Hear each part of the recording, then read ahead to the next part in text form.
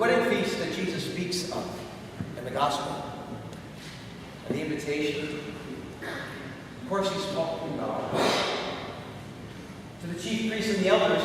He's making it very clear to them that they have been invited, they were even given the prime seats in this feast as leaders of the people, as preachers of the word, the ones who guide the people to the fullness and the beauty of God's ways. But of all people, they may have accepted it, but they accepted it on their own terms.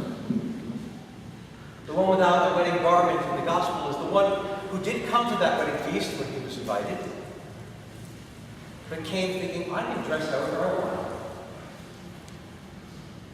I don't do whatever I want. I want to take, and I'm not going to give. Remember that in the gospel, very clearly said, those who invited want to come and were worthy. So they invited everyone they met on the streets, the good and the bad alike. What made them worthy of coming into this feast? It was their willingness to receive in gratitude the king's invitation. The invitation to them changed their hearts and their minds because they didn't think that they would ever be even considered enough to go to the palace and be an honored guest of the king. When they were invited, they were honored by that invitation, and they responded with gratitude. Like anyone, if we were invited to Buckingham Palace, say, I'm sure you wouldn't go and say, oh great, I'm going to Buckingham Palace. Aren't you going to dress up a little bit? Nah. You would, wouldn't you? You get excited about it. No matter who you were or your background. You get excited if you received an invitation to Buckingham Palace. That one that received the invitation with no gratitude at all and was willing to take but not willing to give was the one who is not, above all, worthy to be at that feast. It reminds us again today of the realities of who we are as a church and what we're called to be and how we are to show the world who we are. The willingness that our God has to receive anyone who wishes to come to him. Anyone, no matter what the circumstances may be, to come and to dine at his table. There are no conditions put upon them at all, except that which is natural, to respond with gratitude and willingness to hear what the King has to say to you, to grow up, and ultimately, that growth means change and death. Death into ourselves and death into that which kept us so far away. Whatever it may be, of our choice or the circumstances of life, to come with a grateful heart.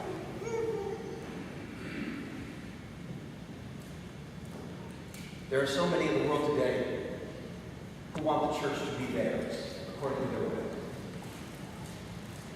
They don't want the wedding garment. In fact, they tell us that we'll come to your wedding banquet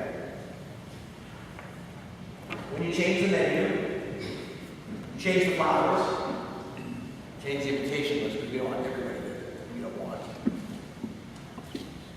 We'll come on our terms. I guess that would be okay even for the Queen, if you really wanted to say that. Because she's human, we're all human. But we're referring to our God. A God who has proven himself. He's not come to tell us what to do to control us. Our God who's come to us not to say, okay, I will give you everything I have, but there are conditions that you must meet. Our God is so willing and free to give what he has. All he needs is a grateful heart to receive it. Our church is not our creation.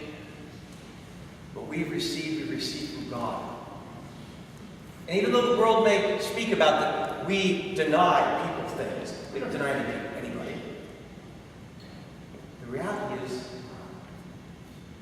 We deny ourselves what God wants to do. We deny ourselves this great Eucharist when we decide that our sins are what we're going to hold on to and not come to His great mercy.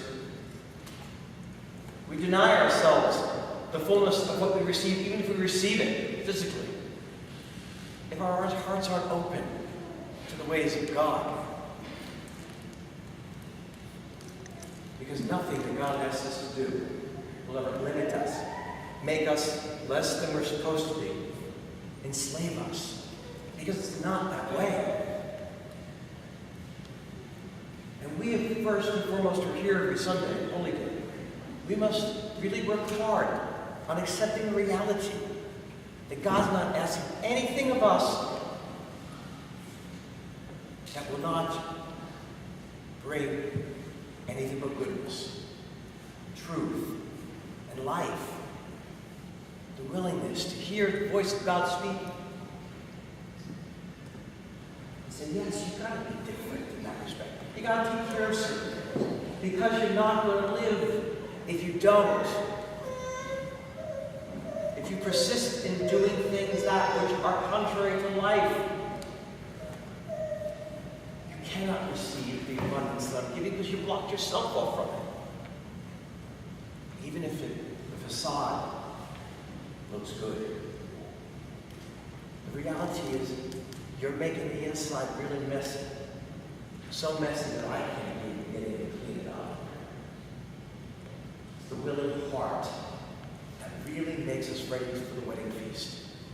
Because a willing heart allows God to begin a change in us. A change for the good. Whether you want to accept that reality or not, the world wants to. That's up to them and you. But for those of you who have experienced it already, you know how awesome this stuff all is. How awesome this stuff is! Of who we are as followers of Jesus Christ and His Holy Church. That's why, go back to hand principle. Unless you practice fully in Mass, and prayer every day, and frequent confession, really live sacrificially for one another, and have knowledge of faith, you're never going to know the banquet feast before you and how beautiful and rich it is. How much trouble God has gone through to make that feast for you. And you'll never even appreciate the fullness of it because your senses have been so dull that your eye cannot behold His beauty. Your tongue cannot taste the depth of flavor.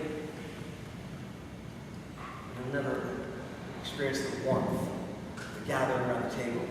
Really, in essence, without that knowledge of the awesomeness of who we are in Jesus Christ. Parents, this is what you're to teach your children this. You first and foremost must live this with all your heart, mind, and soul.